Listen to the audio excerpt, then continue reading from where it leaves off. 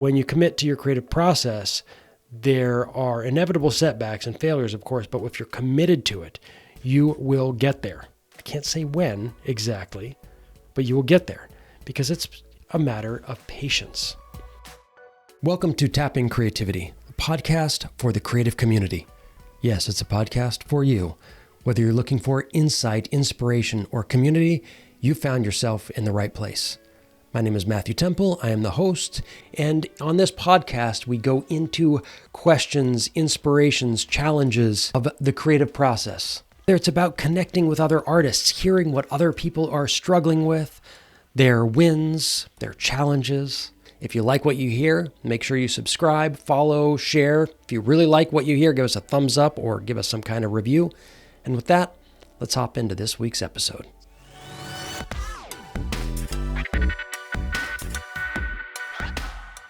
Welcome to the final episode of this mini section of the Tapping Creativity podcast. As we've gone through the 9 P's for powerful and effective creating. This is the Creative's Handbook section of the podcast. We started several weeks ago with an introduction to this work and then moved through the first 8 P's. And today we will complete this work with the 9 P's for powerful and effective creating. It's been a really exciting journey to go through all of this work, and I'm just so excited that you are here, that you're still here, that you've come along on this ride. If you have any thoughts, questions, concerns, always feel free to email me, matthew@matthewctemple.com. If you have missed any of the episodes, I highly recommend going back and picking up at the beginning. This one will be on patience.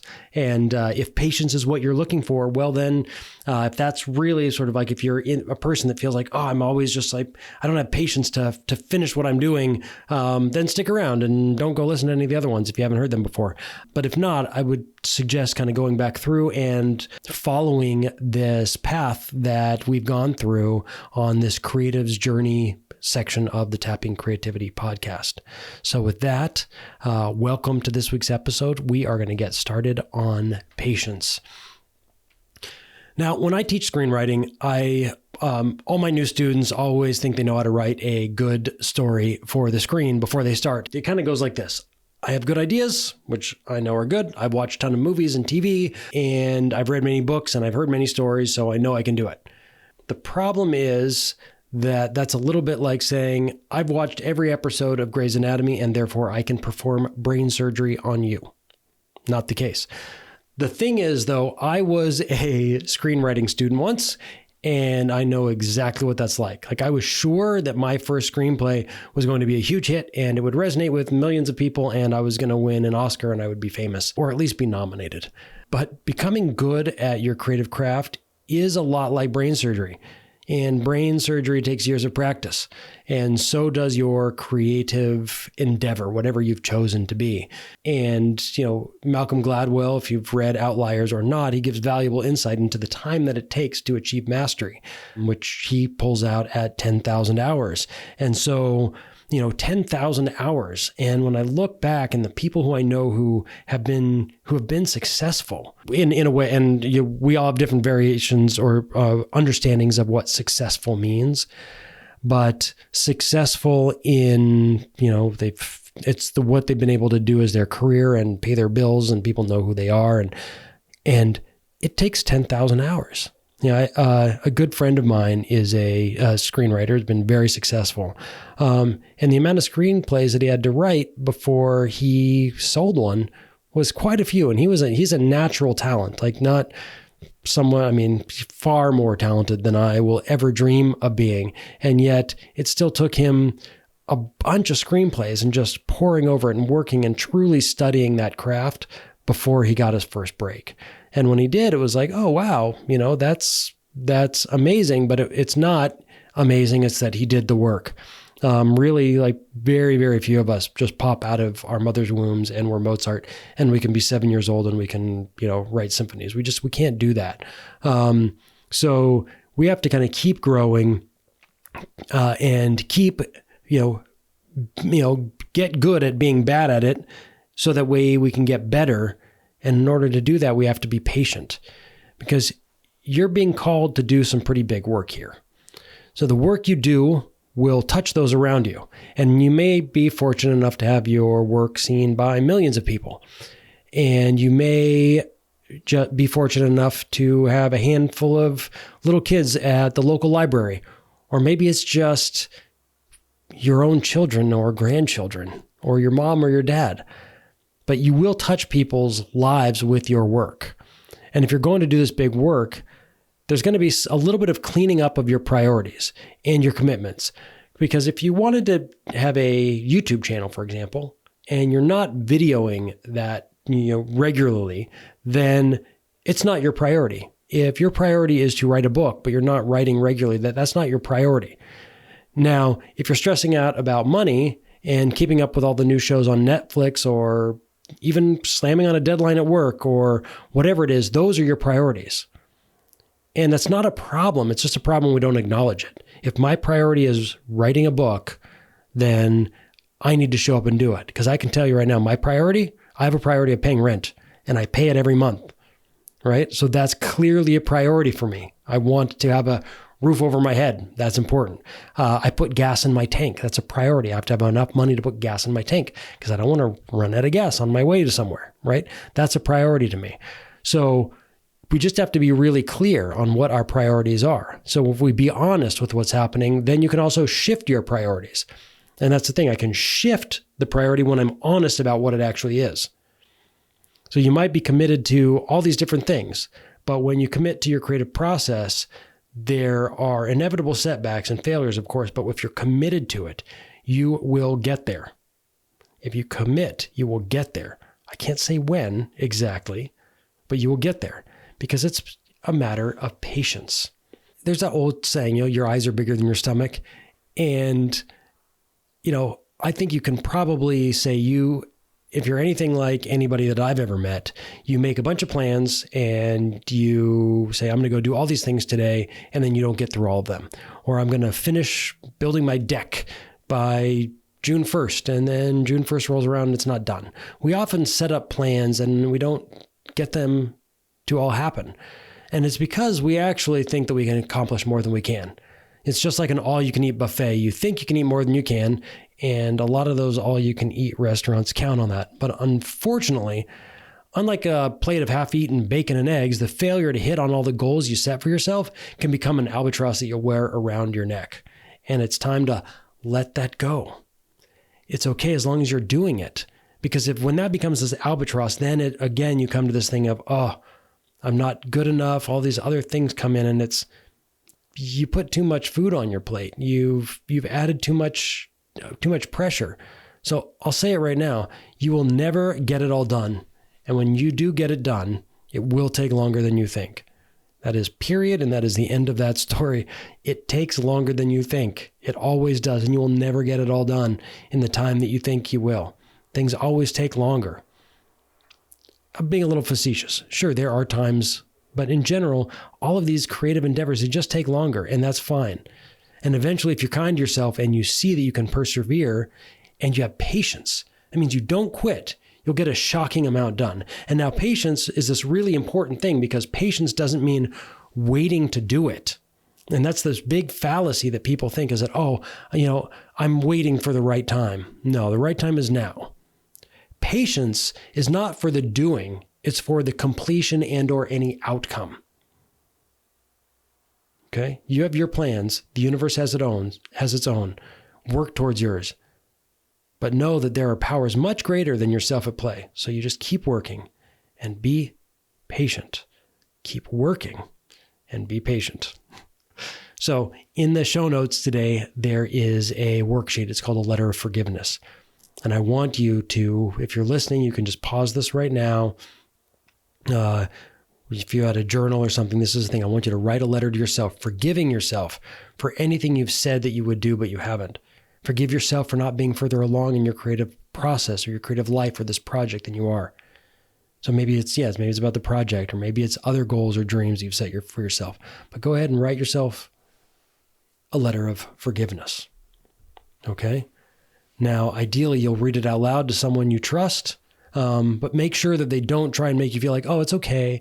You've forgiven yourself. You don't need pity or fixing, and you don't need sort of a pass. You just need to acknowledge it. You're forgiven. Be patient. Show up. So that's it. We've just gone through the 9 P's for powerful and effective creating. I hope that's been valuable to you. And I hope this is something that you can bring into your life, into your creative work, and just into your life in general. I hope that you're going to be taking new and more informed steps in your work. One of the things that I want you to remember too is that your life is creative. So one thing that can happen is, as we start to do this work, is thinking, oh, I have to sort of bifurcate my time or my life. There's my creative life, and then there's my work and my kids and my family and my friends and everything else. But it's actually like our lives are creative. These are not separate. Sometimes, I hear people, and I've done it myself, like I need to have the perfect conditions.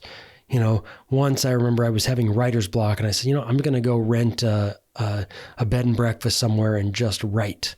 And then, of course, I didn't get good work done. And I guess for some people that can work really well, but life is creative. Like this is not this thing where I have to go to somewhere far away. It's not this kind of like I create these perfect conditions. The conditions are never perfect. The perfect condition is whatever the condition is right now. It's as perfect as it's going to get. And that's a good thing. That's the way our lives are. That's okay. You have what you need. You have time. Because that's the one thing that we all have. Now how you choose to use that time will determine whether or not you create something that's important to you, or if you wake up 5 or 10 or 21 years from now saying, I wish I had done this other thing. The time that you have may be valuable. It may be precious. You may have a lot of demands on your time, but you do have time, and you can bring that into my questioning of where am I going to allocate my time? That's a really important question, because here's the thing. When people are on their deathbed, have been asked about their regrets, the thing is that people generally don't regret what they did. They regret what they didn't do. And the crazy thing is that nothing is actually stopping you from doing what you want to do except the way that you view it. Now, there's this famous sort of illusion pencil drawing. You may have seen it. It's called My Wife and My Mother-in-Law. You can find it online anywhere. And the thing is, if you see the wife, but not the mother-in-law, then that's your reality. But the reality actually is that they both exist there. One of the perspectives of yours and your creative life, and the other is your life without creating. It's just, how are you going to look at it? All of this stuff is always there. So when you decide that what you need to do is your creative work, and you decide that you have the time for it, you can do it. When you know that creating is not separate from your life, but it is your life. And then you don't need to make drastic changes to create. You just bring it into your life. It's there always with you. So the last thing I want to share before closing is, you probably heard this idea of being in the zone, or flow is something. There's been a lot of research done around this kind of getting in creative flow, and something that comes naturally. But we see great athletes and artists and entrepreneurs, and it seems to come so naturally to them. And I know that, I know some people who wrote their first screenplay and became very successful and famous from that one. I know people who enter into the flow state with ease, but that's not most of us. And it's certainly not me, and it may not be you. Very often that actually takes effort, and that's okay. And when I say effort, I don't mean that it's like hard or uncomfortable, but it takes effort. You can't sit on your butt and get a basket full of homegrown veggies. You actually have to go out and tend the garden. You have to water. It takes effort. It doesn't have to be hard, but it takes concerted effort. You have to learn the systems that work to make plants thrive while avoiding pitfalls that make them die. And the creative life is like this too. It takes effort and concentration, seeing what works, fixing some of that, and then developing further for yourself.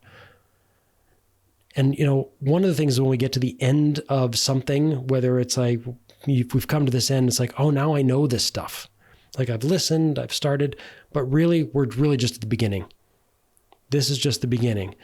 And this is a launching pad, and every day will be. because you're not going to get to a place where it's like a solid, specific, hard landing spot for your creativity where you're like, okay, now I've got it. Because if that's what you're also looking for, you'll probably find that you're going to be fairly disappointed.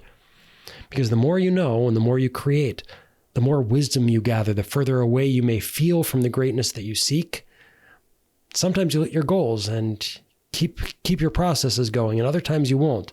But if you love the work and you love the process, it's an exciting reality that creativity isn't a place that you get to. It's not an ending. That the work that you're doing is about discovering, which is going to mean that you're always going to be a little bit out of balance. You're always going to be like, ooh, I wish I had more time. I wish I had more of this. I need a little bit of that. This is really struggling. I'm struggling with this. That out of balance place keeps us moving. It keeps us seeking. It keeps us growing. So now you get to move forward with your journey with intentions, goals, processes, your practice, and let go of those specific attachments to outcomes. It's a great paradox, and I love that. The paradox is if you get stuck holding on to a goal, you're going to miss all these other stuff that you're going to learn, and you may actually get way off track. At the same time, without a goal, it's really hard to get anywhere where you're going. As artists, as creatives, really engaging with this work, some of these paradoxes are really important. And anytime you can find a paradox where two things that are opposite are also true and important, well, that's a great place to be. So there's going to be one other worksheet down below to really begin to consider as we've gone through these last 10 episodes. A few questions like, what has been your biggest win or one of your big wins? What has been your most profound discovery? What is your strategy to stay in integrity with your creative path? I didn't mention this before, but now that you've gotten here, if there's somebody that you think you'd like to do this with, feel free to share it with them and bring them in as an accountability partner. See how that could work. I may have mentioned it before. If I didn't, well, now's as good a time as any. And then any other realizations or thoughts that you would like to journal about. So that's really it. You're at the beginning of this journey, and now you get to move forward. So, there's all this stuff that we can kind of look at. We say, oh, I've come all this stuff and I used to know all this stuff, and now I know this now. What you know now and where you're at is perfect for today. You're going to have to keep going. You're going to have to keep walking. Tomorrow, what you know today isn't going to be good enough for tomorrow or next week or next month or next year. It's good enough for today. Congratulations. We've made it. I've had a great time doing this, being here with you. And here we go. And I hope that each of your creative days moving forward brings new and new discoveries to the point where today, this moment of aha is just simply a good jumping off point for some beautiful work that you're doing tomorrow and on into the future. And with that, signing off, have a great and powerful, creative life, and always be in touch. Tapping Creativity is brought to you in part by We Strive, a nonprofit organization that works to lead the world towards stronger, healthier, and more sustainable community. We Strive is currently at an exciting juncture in that coming out of the pandemic, it is in a place of looking to see how can it now, as a established organization, be of greatest support to the creative communities, as well as communities who are striving in any way they know how to engage in co-creating a better world. If you're interested in learning more, visit westrive.org.